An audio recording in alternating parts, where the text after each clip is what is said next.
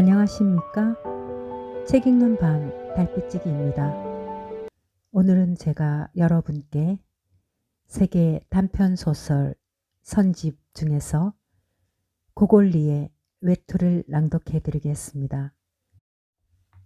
근대 러시아 문학의 어머니로 추앙받는 고골리는 우크라이나 소로친지에서 소귀족의 아들로 태어나 어릴 때부터 문학을 좋아하였으며 1821년 내진 고등학교에 입학한 후에 연극과 회람 잡지를 발행하기도 했습니다.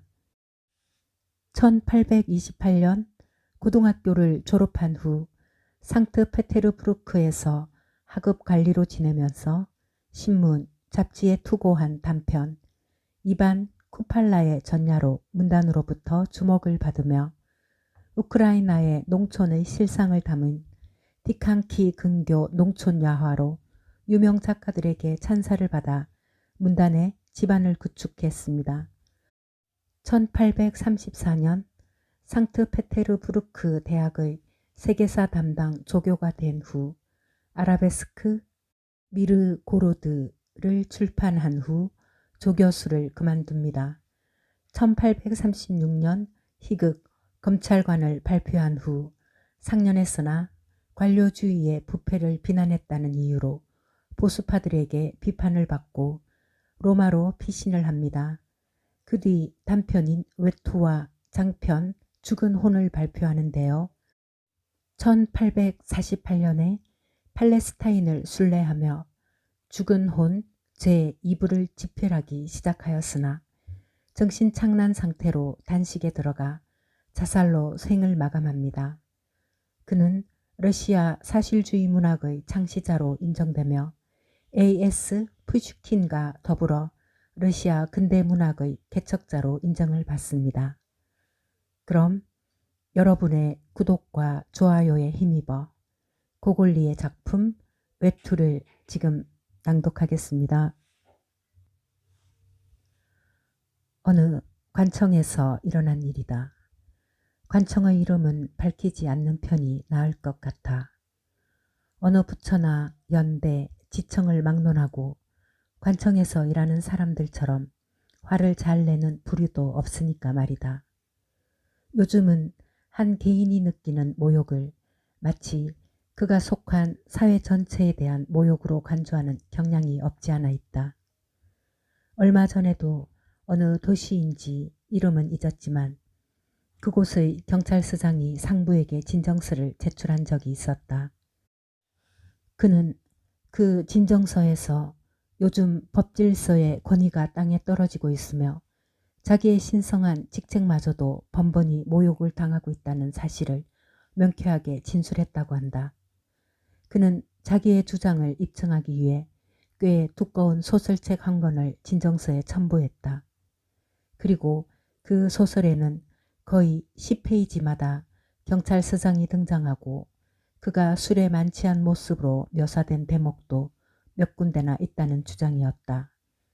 그래서 이런 불쾌한 일이 생기는 것을 피하려면 여기서 이야기하고자 하는 관청의 이름도 그저 관청이라 부르는 게 무난할 것 같아. 아무튼 어떤 관청에 관리 한 사람이 근무하고 있었다. 그는 남보다 나은 점이라곤 눈을 씻고 찾아봐도 찾을 수 없는 그런 사람이었다.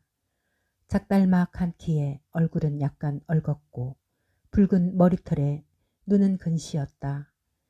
이마는 약간 벗겨졌으며 두 볼은 주름투성이에다 얼굴빛은 마치 고질병 환자처럼 누렇게 떴다. 하지만 어쩔 수 없는 일 아닌가. 그저 페테르부르크르에 고르지 못한 날씨를 탓할 수밖에 없는 노릇이다. 그의 직급은 뭐니 뭐니 해도 러시아에서는 직급부터 밝혀둘 필요가 있다. 이른바 만년 구등관이었다. 뭐라고 대들 만한 능력도 없는 사람들을 사정없이 짓밟기를 좋아하는 습성의 작가들이 특히 좋아하는 직급이 바로 구등관이다. 작가들이 이들을 조소하고 풍자하기를 즐긴다는 건 널리 알려진 사실이다. 이 구등관의 성은 바시마치킨이었다. 이 성이 바시마크 시에서 유래되었다는 것은 누가 봐도 분명하지만 어느 시대에 무슨 이유로 하필이면 바시마크란 단어에서 성을 만들어냈는지는 아무도 알 길이 없다. 아버지나 할아버지, 심지어 친척들까지 바시마치킨네 집안 사람들은 모두 장화를 신고 다녔다. 신창을 가는 것은 1년에 두세 번 정도였다. 그의 이름은 아카키 예비치였다. 독자들에게는 이 이름이 무척 기묘하게 들릴지도 모르겠다. 마치 어떤 의도가 있어서 일부러 지어낸 이름이라고 생각할 수도 있다. 그러나 이 이름은 결코 특별한 의도를 갖고 지은 이름은 아니었다. 다만 이 이름 말고는 다른 이름을 붙여줄 수가 없는 사정이 있었는데 그 사정이란 다음과 같은 것이었다. 기억하는 바로는 아카기 예비치는 3월 23일 밤에 태어났다. 이미 돌아가신 그의 어머니는 더할 나위 없이 마음씨가 고운 여인으로 관리의 아내였다. 그녀는 관습에 따라 갓난아기에게 세례식을 베풀어 주기로 했다. 산모는 아직 방문 맞은편 침대에 누워 있었다. 산모의 오른쪽에는 아기의 대부가 될 이바노비치 예로시킨이 서 있었는데 그는 원로원에서 과장을 지낸 사람이었다. 왼쪽에는 데모가 될 아료나 세모노브나 벨로브로시코바라는 매우 정숙한 부인이 자리 잡고 있었다. 그녀는 전 경찰서장의 부인이었다. 이들은 산모에게 아기의 이름을 모키나 소시 아니면 숭교자 호즈타자트 이렇게 세 가지 가운데 마음에 드는 걸 고르라고 했다. 아기의 어머니는 생각했다. 무슨 이름이 모두 그따위람. 두 사람은 그녀를 만족시켜주기 위해 달력의 다른 곳을 들추어 보았다. 그리고 이번에도 이름 세 개를 골라냈다. 트리필리, 더우라, 그리고 바리히시가 그것이었다. 하느님 맙소사. 이미 중년 고개를 넘긴 아기 어머니는 자기도 모르게 이런 말을 입 밖에 내뱉어 버렸다. 어쩌면 그렇게 괴상한 이름만 튀어나올까요? 평생 한 번도 들어본 적 없는 이름들 뿐이군요. 바르타트나 바르프라면 몰라도 트리필리니 바라히시니 하는 이름을 도대체 어떻게. 그래서 달력을 또 한 장 넘겼더니 이번에는 파룬시카와 바흐치시가 나왔다. 알겠어요. 아기 어머니는 말했다. 이것도 이 아이의 팔자인 모양이군요. 그따위 이름을 붙이느니 차라리 아이 아버지 이름을 그대로 따서 붙여주는 게 낫겠어요. 아버지 이름이 아키니까 이에도 아카키라고 부르죠. 아카키 예비치라는 이름은 그렇게 해서 생겨난 것이다. 아기는 세례를 받을 때 얼굴을 잔뜩 찌푸리면서 울어댔다. 나중에 기껏 구등관이나 되리라는 걸 그때 벌써 예감했었나 보다. 내가 이런 얘기를 하는 것은 이러한 사정으로 인해 이 사나이에게 달리 다른 이름을 붙일 수 없었다는 것을 독자들이 이해했으면 하는 바람에 쓰인 거다. 그가 관청에 언제 들어가게 됐는지 또 누가 그를 그 자리에 임명했는지 기억하는 사람은 아무도 없었다. 그동안 국장이나 과장들은 수없이 많이 바뀌었지만 그는 언제나 같은 자리, 같은 등급인 석이라는 직책을 여전히 맡고 있었다. 그래서 모두들 그가 마치 어머니 뱃속에서부터 머리가 벗겨지고 관리 제복을 입은 채 태어나기라도 한 것처럼 느낄 정도였다. 그가 일하는 관청에서는 어느 누구도 그를 존중하지 않았다. 수의들조차 그가 앞을 지나가도 자리에서 일어서려 하지 않았다. 마치 파리새끼 한 마리가 날아다니는 것을 보는 것 같았다. 상관들은 당연히 그에게 위압적이고 전제적인 태도를 보였다. 부과장이라는 직책을 가진 자는 최소한의 예의로 하는 말 한마디 없이 그의 코앞에 서류를 불쑥 들이밀곤 했다. 이거 정서 좀 해주세요. 라든가 이거 꽤 재미있는 일거리인 것 같은데 하는 등의 그런 의례적인 표현조차 아카키 예비치에게는 생략해버리는 것이었다. 아카키 예비치는 누가 일을 맡기든 그 사람에게 그런 일을 시킬 권리가 있든 없든 신경도 쓰지 않고 자기 코앞에 내밀어진 서류를 힐끔 보고는 그냥 받았어 즉시 그것을 처리하기 시작했다. 젊은 관리들은 이른바 공무원식 위트를 최대한으로 발휘하여 그를 풍자하고 골려먹기에 바빴다. 그들은 전혀 근거도 없는 얘기를 꾸며내어 그 앞에서 떠들어대곤 했다. 그의 하숙집 주인은 나이가 70이 넘은 노파였는데 젊은 관리들은 아카키 예비치가 늘 그 노파에게 얻어맞고 지낸다느니 결혼식은 언제 올릴 계획이냐느니 하면서 짓궂게 굴곤 했다. 심지어 종이 조각을 잘게 찢어서 눈이 내린다며 그의 머리 위에 뿌리기도 했다. 그러나 아카키 예비치는 이런 짓궂은 장난에 대해 한마디도 대꾸하지 않았다. 마치 그런 장난들이 자기 눈에는 전혀 보이지 않는다는 듯한 태도였다. 그리고 사실 일을 하는 데 있어서 그러한 장난도 그에게는 별로 방해가 되지 못했다. 사람들이 그렇게 심하게 장난을 걸고 조롱해도 그는 서류에 글자 하나 틀리게 쓰는 법이 없었던 것이다. 다만 장난이 도를 지나쳐 사람들이 그의 팔꿈치를 툭툭 건드리면서 일을 방해할 정도가 되면 그도 더 이상 참지 못하고 이렇게 중얼거렸다. 나를 좀 내버려 두시오. 왜 이렇게 사람을 못 살게 구는 거요? 이렇게 말하는 그의 음성과 말투에는 뭔가 색다른 느낌이 있었다. 사람의 동정심을 이끌어내는 그 무언가가 말이다. 그래서 어느 땐가 그 관청에 새로 부임해온 어떤 청년 관리도 다른 친구들과 함께 그를 놀려대다가 갑자기 무엇에 찔리기라도 한 것처럼 마음을 바꿔 장난을 그만둔 일이 있었다. 그리고 그때부터 이 청년의 눈에는 모든 사물이 갑자기 달라 보였다. 초자연적인 힘이라고 말할 수 있는 어떤 것이 그를 지금껏 사귀어왔던 사람들과 완전히 달라지게 만들었다.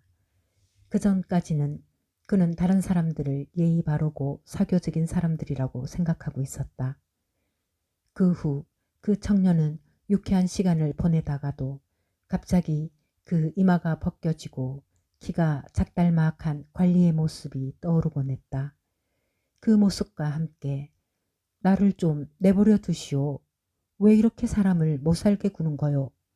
하는 사람의 폐부를 찌르는 듯한 애처로운 말소리가 들려왔다.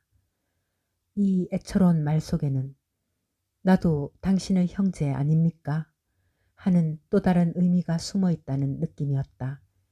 그럴 때면 이 가엾은 청년은 자기도 모르게 손으로 얼굴을 가려버렸다. 그리고 그 후 평생을 통해 이 청년은 인간의 내면에는 얼마나 비인간적인 요소가 많이 숨겨 있는가 하는 깨달음에 무서운 전율을 느끼지 않을 수 없었다. 교양 있고 세련된 상류 사회의 사람들, 심지어 고결하고 성실한 사람이라는 평가를 받고 있는 사람들도 예외는 아니었다. 그런 사람들의 내면에도 그런 잔인하기 짝이 없는 무시무시한 야수성이 자리 잡고 있는 모습을 그는 지켜보았던 것이다. 어쨌든 과연 아카키 예비치만큼 자기 직무에 충실한 사람이 과연 몇이나 있을까? 자기 직무에 충실하다는 표현만으로 사실 부족했다. 그는 자기가 맡은 업무에 진정 애착을 갖고 있었던 것이다. 그는 공문서를 정사하는 하찮은 일 속에서도 나름대로 다채롭고 즐거운 세계를 발견할 수 있었다. 그는 언제나 즐거운 표정으로 일을 했다. 그는 글자 가운데 몇몇 글자를 특히 좋아해서 서류에서 그 글자가 나오기만 하면 금방 얼굴에 기쁨이 가득 찼다. 그리고 눈을 찡긋하며 입술까지 실룩거렸기 때문에 그 얼굴만 봐도 지금 그의 펜이 무슨 글자를 쓰고 있는지 알아맞힐 수 있을 정도였다. 만약 그의 열성을 기준으로 관청이 포상을 했다면 틀림없이 지금쯤 5등관은 되었을 것이다. 물론 스스로는 깜짝 놀라 이해할 수 없겠지만 그러나 그렇게 오랜 기간 열성적으로 근무한 결과 그가 얻은 것은 주위의 짓궂은 동료들의 말맞다나 관리 제복의 단추와 엉덩이의 치질 외에는 아무것도 없었다. 하기는 그 오랜 세월 동안 그에게 관심을 보인 사람이 전혀 없었다고는 할 수 없다. 어느 마음씨 착한 국장 한 사람이 그에게 평범한 공문서 정서가 아닌 더욱 중요한 일을 맡기려고 지시한 적이 있었다. 그 국장은 그의 장기간 근속을 표창하려는 의도를 갖고 있었던 것이다. 새로 맡긴 일은 이미 작성된 서류를 기초로 하여 다른 관청에 보낼 보고서를 만드는 것이었다. 새로운 일이라고 해봐야 별다른 것은 아니었다. 그저 서류 제목을 붙이고 몇 군데 동사를 1인칭에서 3인칭으로 바꾸는 정도에 불과했다. 그러나 아키키 예비치에게는 이것이 여간 어려운 일이 아니었던 모양이다. 그는 새로운 일을 맡아 땀을 뻘뻘 흘리면서 계속 손수건으로 이마를 닦고 있었다. 그러더니 마침내 비명을 지르며 하소연을 했다. 이 일은 도저히 안 되겠습니다. 저는 역시 서류 정서를 하는 것이 훨씬 더 편합니다. 그때부터 그는 영원히 정서 업무에 남아있게 되었다. 그에게는 정서하는 일밖에는 이 세상에 아무것도 존재하지 않는 것처럼 느껴졌다. 그는 옷차림 따위에는 전혀 신경을 쓰지 않았다.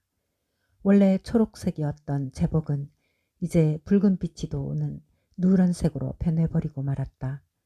그는 목이 그다지 긴 편도 아니었는데 옷깃이 워낙 좁고 낮아서 마치 목이 위로 쑥 빠져나와 있는 것처럼 보였다. 마치 러시아에 와 있는 외국인들이 개씩 머리에 이고 다니며 파는 석고로 만든 고양이 새끼처럼 목이 유난히 길어 보였던 것이다. 그뿐만 아니었다. 그의 제복에는 언제나 마른 풀잎이나 시로라기 등이 붙어 있었다. 그는 또 아주 특수한 재능을 하나 갖고 있었다. 길거리를 걸을 때 사람들이 창문으로 쓰레기를 버리는 바로 그 순간에 그 창문 밑을 지나가는 그런 재능 말이다. 그래서 그의 모자에는 늘 수박이며 참외 껍질 따위가 얹혀 있었다. 그는 날마다 길거리에서 벌어지는 일, 사람들이 하는 일에 대해서 일생 동안 단 한 번도 관심을 가져본 적이 없었다. 알다시피 눈치가 빠르고 머리 회전이 빠른 젊은 관리들은 항상 그런 일에 관심을 기울이는 법이다. 그래서 길 건너편 보도를 걷는 사람의 허리띠가 헐거워져 바지가 느슨하게 처진 것까지도 재빨리 발견해서는 연신 킥킥거리며 웃지 않는가. 그러나 아카키 예비치는 설사 눈으로 뭔가 보고 있다 하더라도 진짜로 보는 것이 아니었다. 그저 또박또박 단정하게 쓰인 자신의 필적을 거기에서 발견할 뿐이었다. 가끔 자기의 어깨너머로 말대가리 하나가 느닷없이 튀어나와 얼굴에다 콧김을 훅 불어댄다거나 비로소 자기가 지금 관청의 서류더미 속에 묻혀 있는 것이 아니고 길 한가운데에 서 있다는 사실을 깨닫는 것이다. 집에 돌아오면 그는 곧바로 식탁에 덤벼들어 굶주린 사람처럼 수프를 훌훌 마시고 맛 따위는 가리지 않고 고기와 양파를 삼켜댔다. 파리가 붙어있건 말건 상관없이 식탁에 있는 것이면 무엇이든 목구멍으로 쑤셔 넣는 것이다. 그렇게 해서 배가 부르다는 느낌이 들면 그는 식탁에서 일어나 잉크병을 꺼내 관청에서 가져온 서류를 정수하기 시작한다. 처리해야 할 서류가 없을 때에는 취미삼아 자기가 보관해둘 문서의 사본을 만들었다. 문체가 아름답거나 해서보다 어떤 새로운 인물이나 아주 높은 위치에 있는 사람에게 보내는 서류라는 점에 주목할 가치가 있을 경우 그는 반드시 복사해 두는 것을 원칙으로 삼고 있었다. 페테르부르크르의 잿빛 하늘이 완전히 어두워지고 나면 관리들은 자기 봉급과 취향에 따라 적당한 저녁 식사를 배불리 먹고 비로소 여가를 즐기게 된다. 사각사각 종이 위를 미끄러져가는 펜촉 소리와 자기 자신이나 다른 사람의 일 또는 필요 이상으로 자진해서 떠맡은 온갖 용무에서 벗어나 이제 모두 다리를 쭉 뻗고 쉬게 되는 것이다. 이럴 때 기운이 넘치는 사람은 극장으로 달려가고 어떤 사람들은 길거리를 지나는 여자들의 모자를 구경하려고 외출하며 또 어떤 사람은 보잘것없는 관리사회의 스타라고 할 수 있는 예쁜 처녀에게 알랑대기 위해서 저녁 파티 장소를 찾는다. 그러나 사람들은 대체로 만찬이나 나들이 따위는 단념한다. 대신 아파트 3층이나 4층쯤에 자리 잡은 친구 집에 놀러 간다. 대개 작은 방 2개와 부엌, 현관이 있을 뿐인데 그런 집에서는 대개 돈을 아껴서 간신히 사들인 램프 등의 요행에 맞추기 위해 치장한 흔적을 볼 수 있다. 대부분의 관리들은 이런 집의 좁은 방에 흩어져서 트럼프 놀이를 하거나 싸구려 과자 조각에 홍차를 홀짝거리거나 파이프 담배를 피운다. 카드를 돌리는 동안에는 상류사회의 온갖 소문들을 화제에 올리는데 이런 상류사회의 소문이야말로 러시아 사람이라면 어느 곳에든 즐겨 찾는 그런 화제이다. 그런 화제조차 없으면 어느 경비사령관에게 보고되었다는 팔코네가 만든 동상의 말꼬리가 떨어져 나갔다는 따위의 캐캐묵은 에피소드라도 2~3번씩 우려먹게 된다. 이렇게 페테르부르크에서 모든 관리, 모든 사람들이 나름대로 즐거움을 찾아 헤매는 그런 시간에도 아카키 예비치는 어떤 오락에도 결코 끼어들지 않았다. 우연히 어떤 야외 석상에서 그를 보았다는 소문조차도 들려오지 않았다. 마음이 흐뭇해지도록 정설을 하고 나면 그는 내일도 하느님께 또 무슨 일거리를 주시려니 생각하고 머리부터 내일 머릿속에서 그려보면서 웃음을 머금고 잠자리에 든다. 그는 연봉 400루블의 초라한 자기 운명에 만족하며 이렇게 평화로운 생활을 보냈다. 만약 인생 항로 여기저기에 덫처럼 자리 잡고 있는 불행만 없었다면 그의 이런 생활은 늙어 죽을 때까지 계속되었을 것이다. 그러나 불행이란 꼭 9등관이 아니더라도 3등관이나 4등관, 7등관을 가리지 않고 모든 인간들에게 빠지지 않고 찾아들기 마련이다. 심지어 누구에게 충고를 하지 않고 스스로도 다른 사람에게 충고를 구하지도 않는 그런 인간들에게도 불행은 예외 없이 찾아온다. 페테르부르크에서 기껏 연봉 400루블 정도로 생활하는 모든 인간에게 똑같이 무서운 적이 하나 있다. 그 강적은 다름 아닌 북쪽 지방 특유의 지독한 추위다.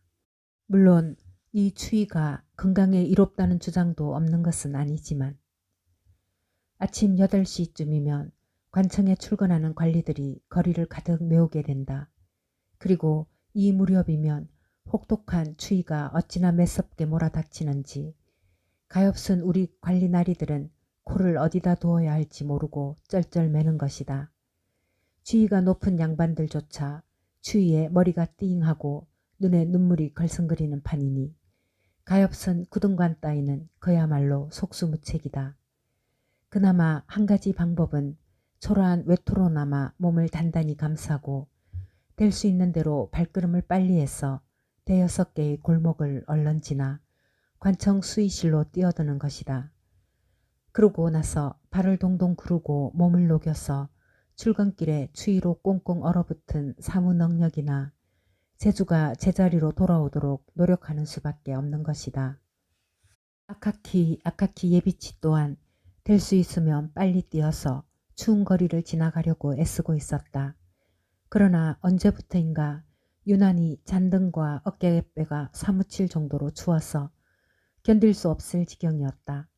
그는 마침내 자신의 외투가 뭔가 잘못되었다는 생각을 하게 되었다. 집에 돌아와서 그는 외투를 찬찬히 살펴보았다. 그리고 자기의 외투 잔등과 어깨 두서너 군데가 마치 모기장처럼 얇아진 것을 발견했다. 옷감이 다를 대로 달아 훤히 비칠 지경이었고 안감도 갈기갈기 해진 상태였다. 여기서 아카키 예비치의 외투 역시 동료들의 놀림감이었다는 사실을 지적해둘 필요가 있을 것 같아. 사실 그것은 이미 외투라는 고상한 명칭을 상실하고 사게라는 망측한 이름을 얻었다.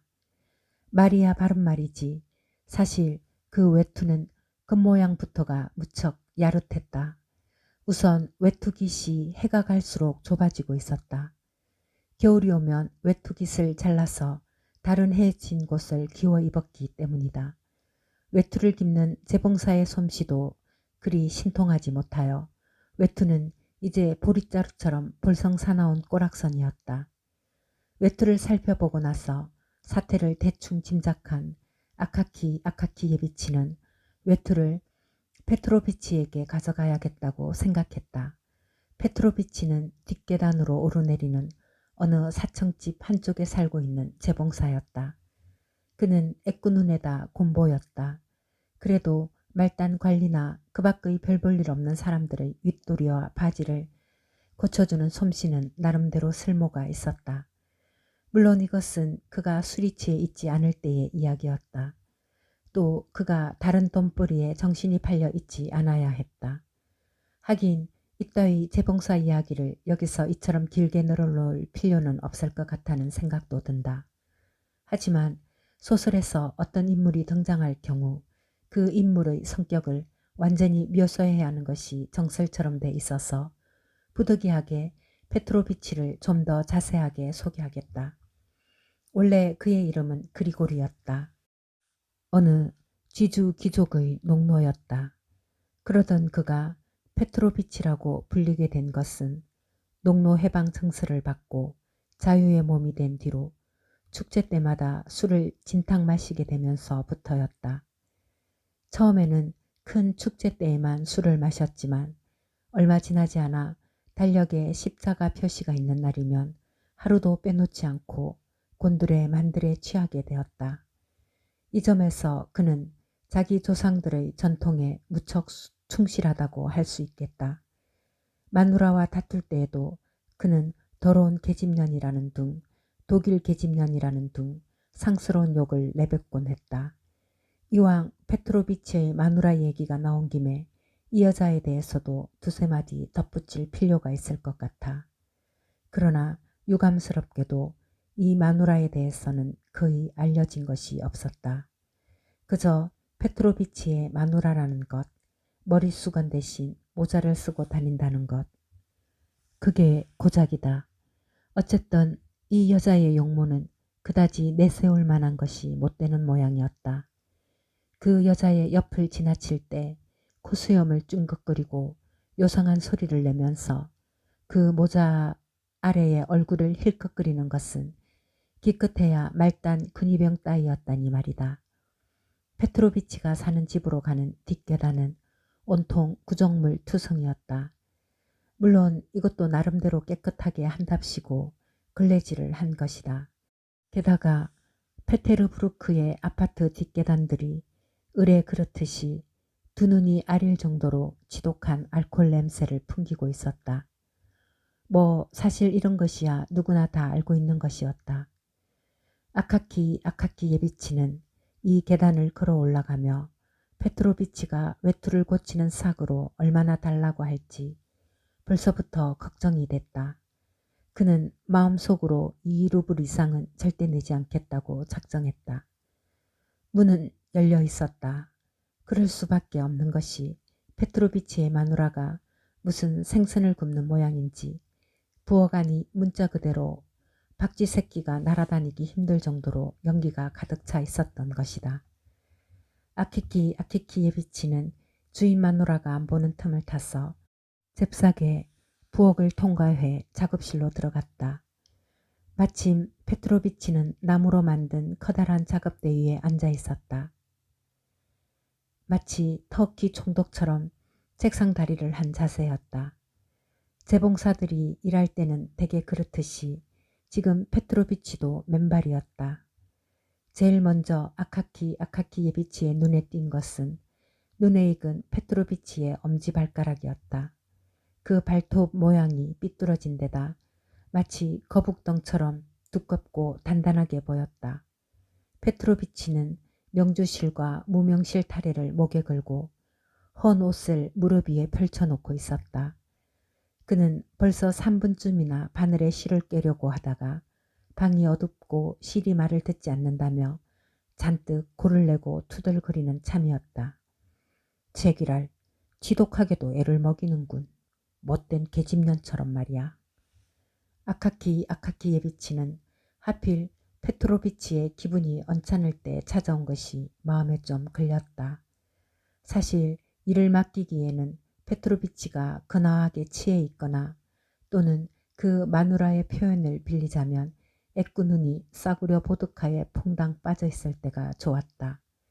그럴 때 페트로비치는 수선비를 선선히 양보할 뿐만 아니라 일을 맡겨줘서 고맙다는 인사를 하는 일도 있었다.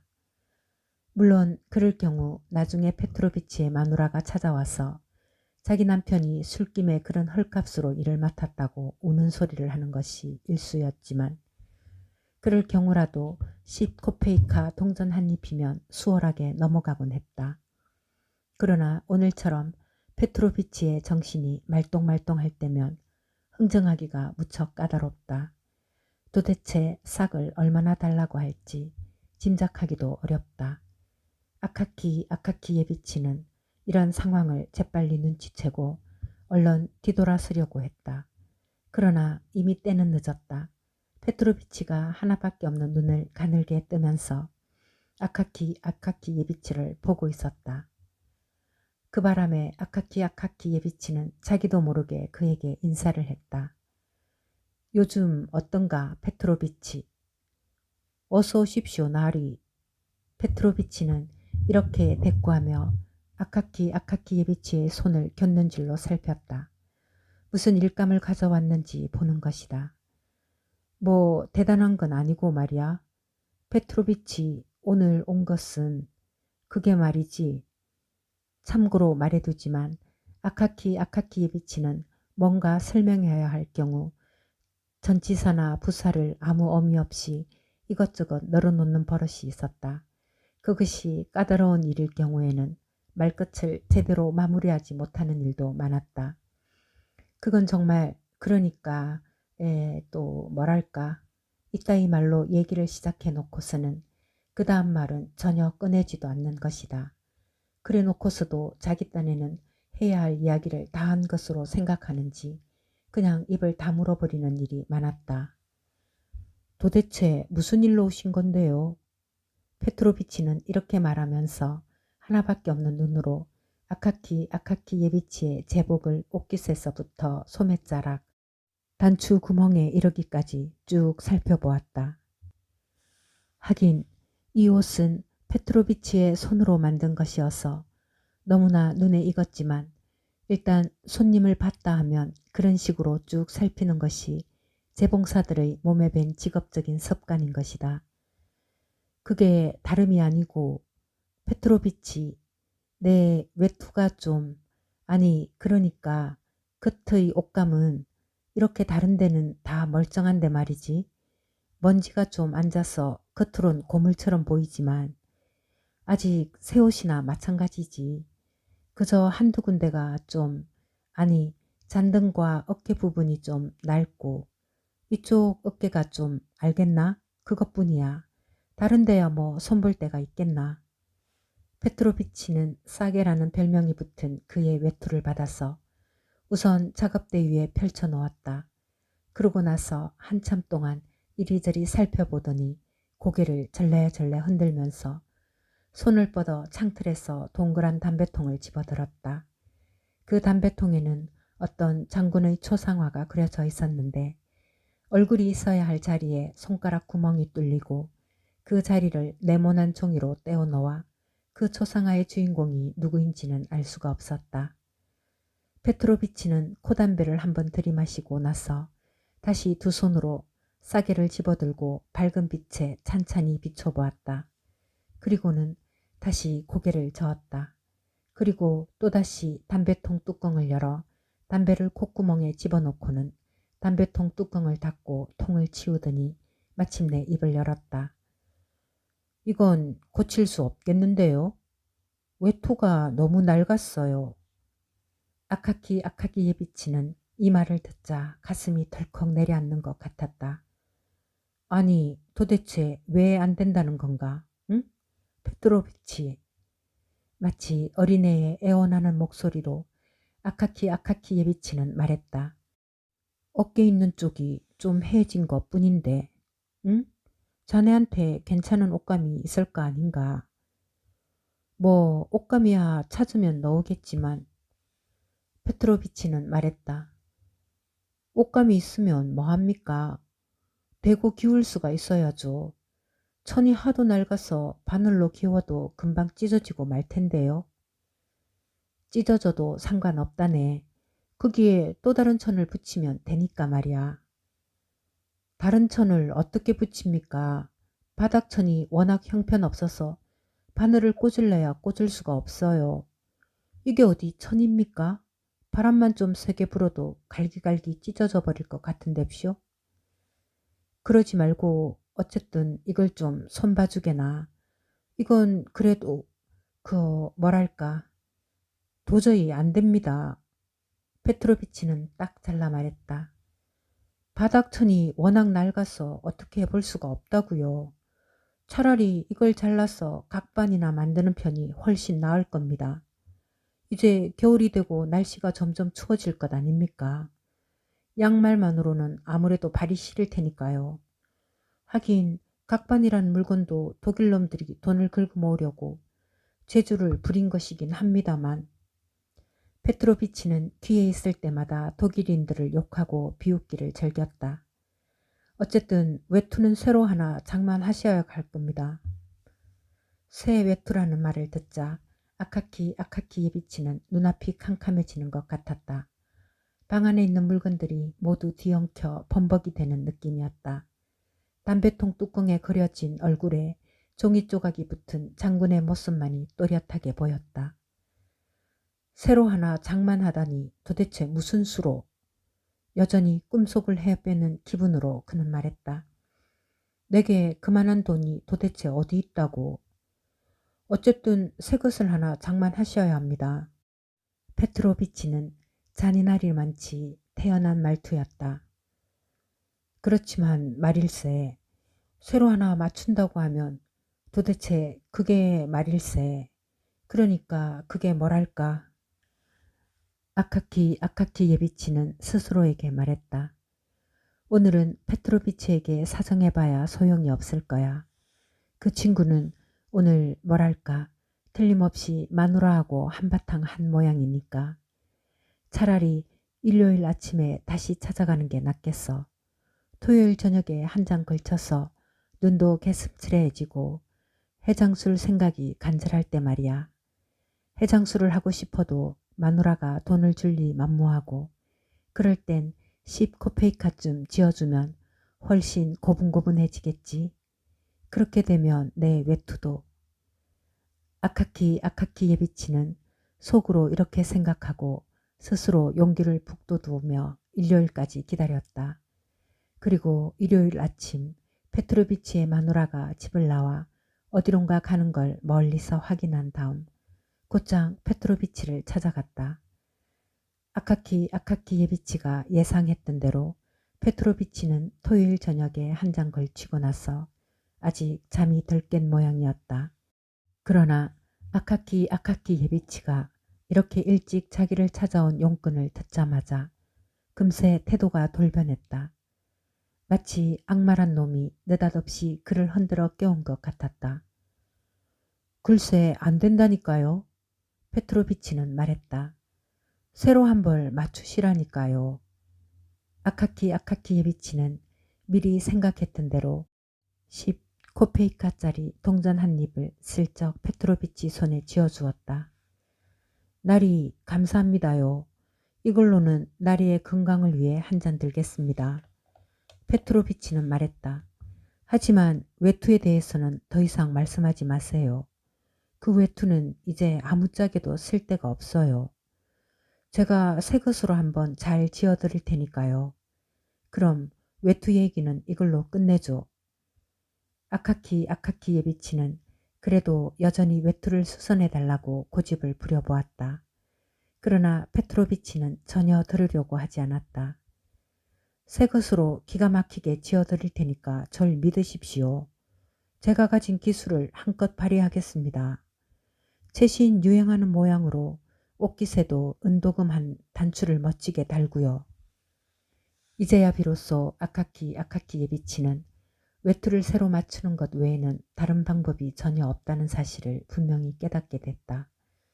그는 완전히 기가 꺾이고 말았다. 사실 돈이 어디 있어서 외투를 새로 맞춘단 말인가.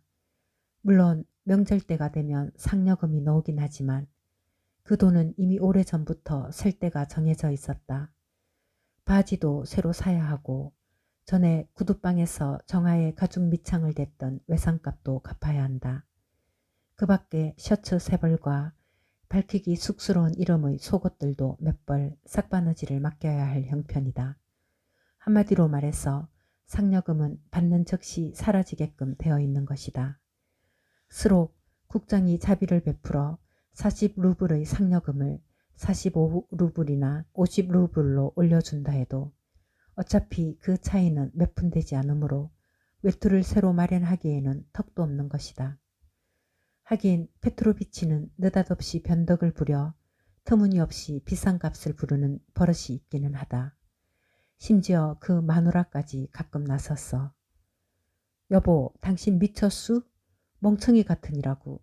지난번에는 공짜나 마찬가지로 헐값에 일을 해주더니 이번엔 또 무슨 생각으로 그렇게 말도 안 되는 비싼 값을 부르는 거야. 당신 몸뚱이를 내다 팔아도 그만한 돈은 못 받을걸? 이렇게 고함을 치는 일도 있다.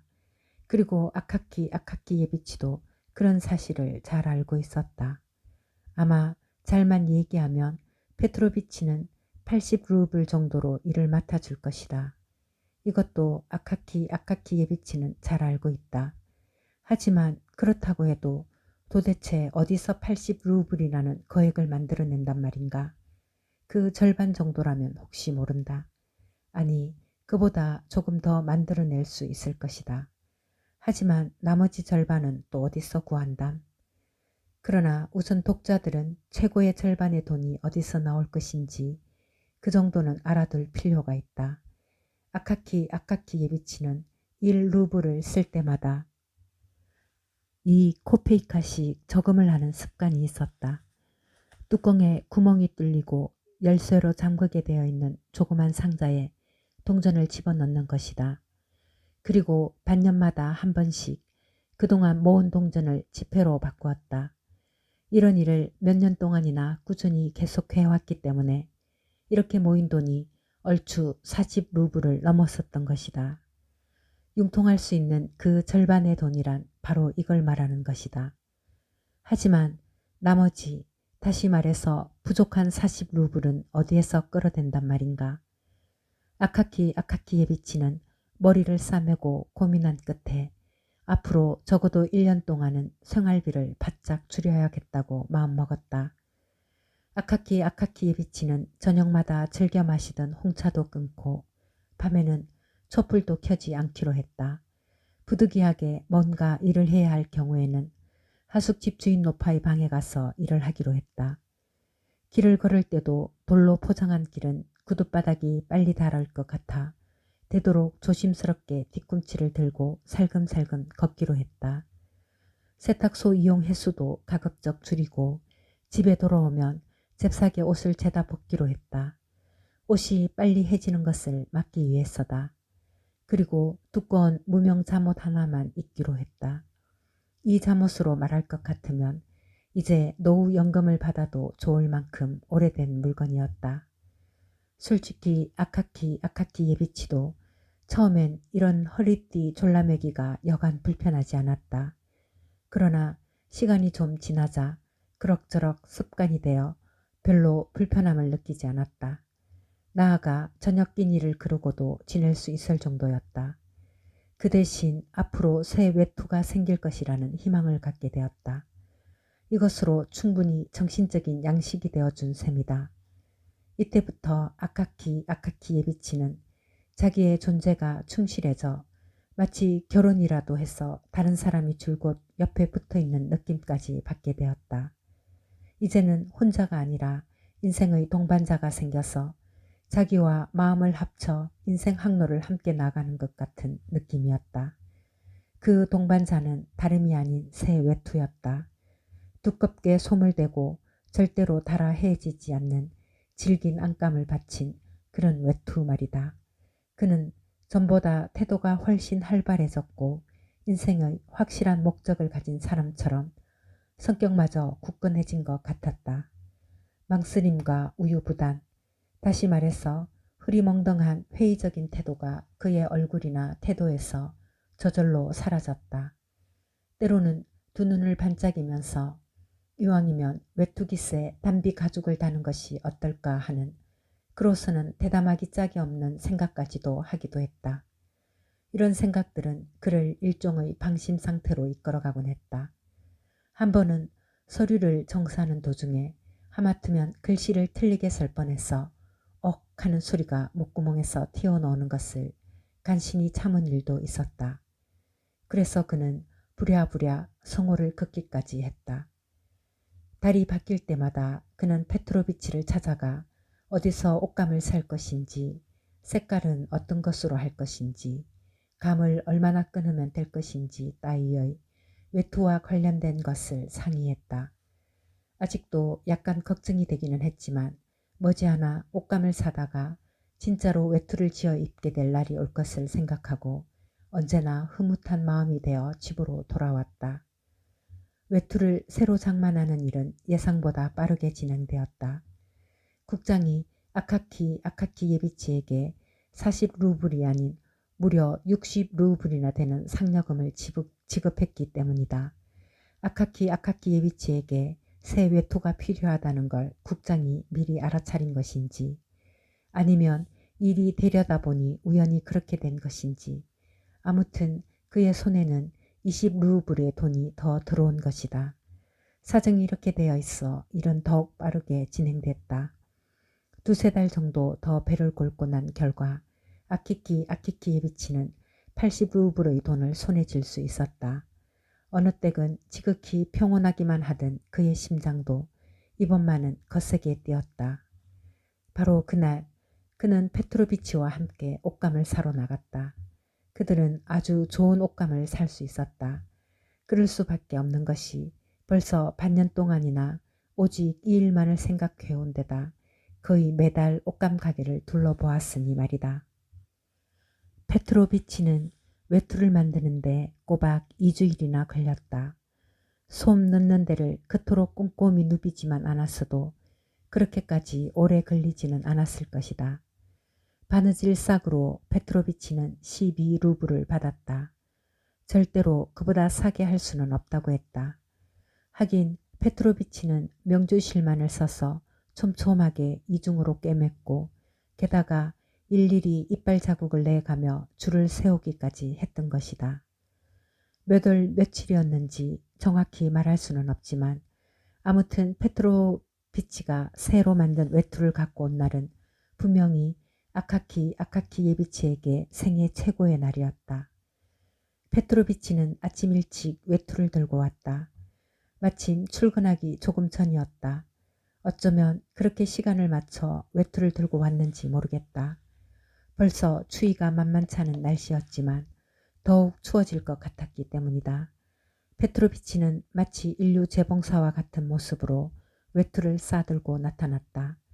그의 얼굴에는 아직까지 아카키 예비치가 한 번도 본 적이 없는 그런 자부심이 어려 있었다.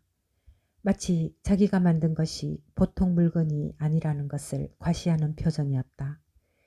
기껏 안감이나 깊고 낡은 옷이나 수선하는 재봉사와 이렇게 새로운 외투를 직접 짓는 재봉사는 엄청난 차이가 있다는 것을 말하고 싶은 그런 표정이었다.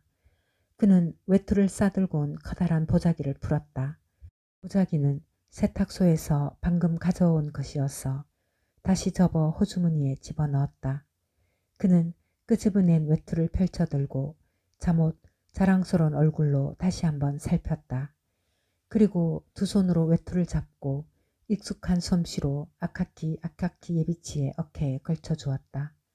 그러고 나서 등에서부터 밑으로 손으로 가볍게 매만져 옷자락을 반듯하게 당겨주었다. 그리고 앞섭을 약간 열어놓은 채 아카키 예비치의 몸을 감쌌다. 아카키 예비치는 그래도 약간 불안해져서 팔 소매 길이를 확인했다. 페트로비치는 소매에 팔을 끼우는 것도 도와주었다. 소매 역시 흠잡을 곳이 없었다. 한마디로 말해서 외투는 완전히 맵시 있게 몸에 쫙 맞았다. 그러는 동안에도 페트로비치는 자기가 하고 싶은 말을 빼먹지 않았다. 자기가 뒷골목에서 간판도 걸지 않고 일을 하는 처지이고 더욱이 아카키 예비치와는 오래전부터 잘 아는 사이여서 그렇게 옷을 헐값으로 만들어 주었지만 이걸 만약 네어스키 거리에서 만들었다면 품삯만 해도 75루블은 주어야 한다는 얘기였다. 아카키 예비치는 이 점에 대해 더 이상 페트로비치와 얘기를 하고 싶지 않았다. 뿐만 아니라 페트로비치가 버릇처럼 터무니없이 불러대는 금액에 대해서는 말만 들어도 겁부터 났다. 그는 돈을 치르고 고맙다는 치하를 한 후 새 외투를 입은 채 곧장 출근했다. 페트로비치는 아카키 예비치를 뒤따라 나와 길거리에 서서 한참 동안 외투를 지켜보았다. 그리고 일부러 골목길을 달려 큰 거리로 빠져나와 자기가 만든 외투를 다른 방향에서 곧 정면에서 다시 한번 바라보았다. 한편 아카키 예비치는 더없이 흐뭇한 기분이었다. 그는 순간마다 어깨에 닿는 새 외투의 감촉을 느끼고 있었다. 마음이 너무 흡족해서 몇 번이나 혼자 웃음을 지었다. 사실 두 가지 좋은 점을 느끼고 있었다. 하나는 우선 따뜻하다는 것이고 다른 하나는 멋이 있다는 것이었다. 어디를 어떻게 걸었는지도 모르게 이미 관청에까지 와 있었다. 아카키 예비치는 수의실에서 외투를 벗고 위에서 아래까지 검사해 본 뒤 잘 간수해 달라고 수의에게 신신당부했다. 어떻게 알았는지 아카키 예비치의 그 사계가 어디론가 사라지고 새 외투가 생겼다는 소문이 금세 쫙 퍼졌다.